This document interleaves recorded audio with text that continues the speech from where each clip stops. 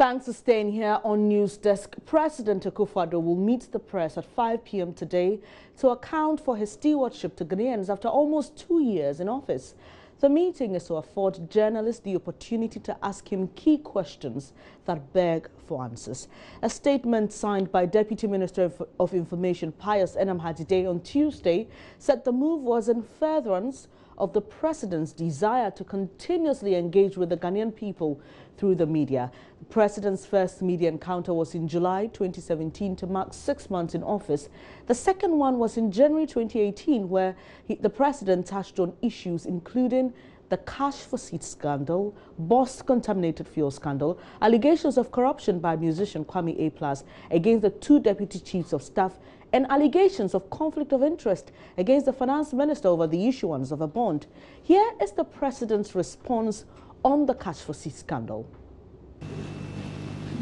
I was there at the occasion, and nobody had made me aware that there was anything like people buying money to sit next to me or anything.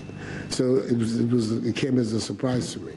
And I asked for an explanation from him, and he gave me a full account of the process that had been undertaken, the monies that had been paid, the use of the monies, and I mean a full accounting. I looked at it, I examined it with others, and was satisfied that it had responded to the allegation that had been made. And I believe the statement he made to me is the very same statement that he made to the committee, and it has been supported by virtually everybody who was involved in the organization of the event.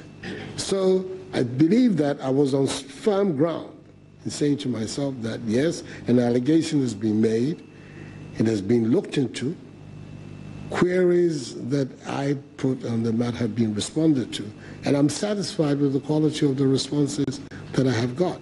The fact that there is a public inquiry in it, in itself, to me, does not shake my own conviction that there was nothing untoward had taken place. And that is the reason why I took the position that I did. I took that position before the inquiry was launched. At the time when the parliamentary process was going on, there was a lot of talk about the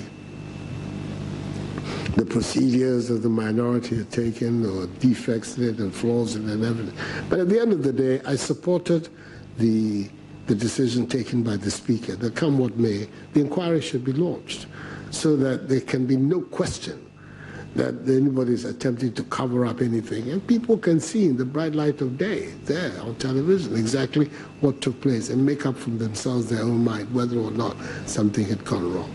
And I believe that that is the way we should go in this country. It's the second time it has happened, as I say. In the years before, every effort to get government to crank up the parliamentary machinery to investigate Suba, Jida, Boo, it is that, all fell flat. In some cases, the Speaker didn't even allow those motions to hit the floor, let alone to be debated. I think there's a big improvement on that atmosphere and the way in which some of these things are now being handled. And I'm satisfied about it. I don't.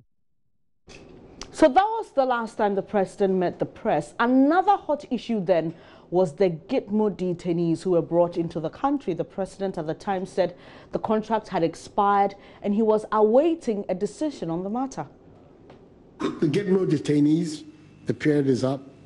A decision has to be made as to, and that decision is under active, right? We need to be able to say something to the parliament when it resumes, as to, because the period under which the agreement was brought has come to an end. We have to decide whether or not we're going to grant them permission to stay, whether we're going to make arrangements for them to go somewhere else. All those things are being actively examined as we sit. But I'm fully aware that a decision on them has to be made, and it cannot be made in 6 months or 5 months. It has to be made now. Well, so there you have it, the president speaking on some key issues the last time he met the press. Today, journalists have the opportunity again to ask him questions at 5 p.m. We'll come back shortly to pick some analysis on the expectations, because the Media Foundation for West Africa, after that session, did some analysis, graded some questions good, others bad, and also gave general recommendations for future encounters. We'll also take some comments from the streets of Accra on what you expect to hear journalists ask the president. Don't go away, we'll be back with more.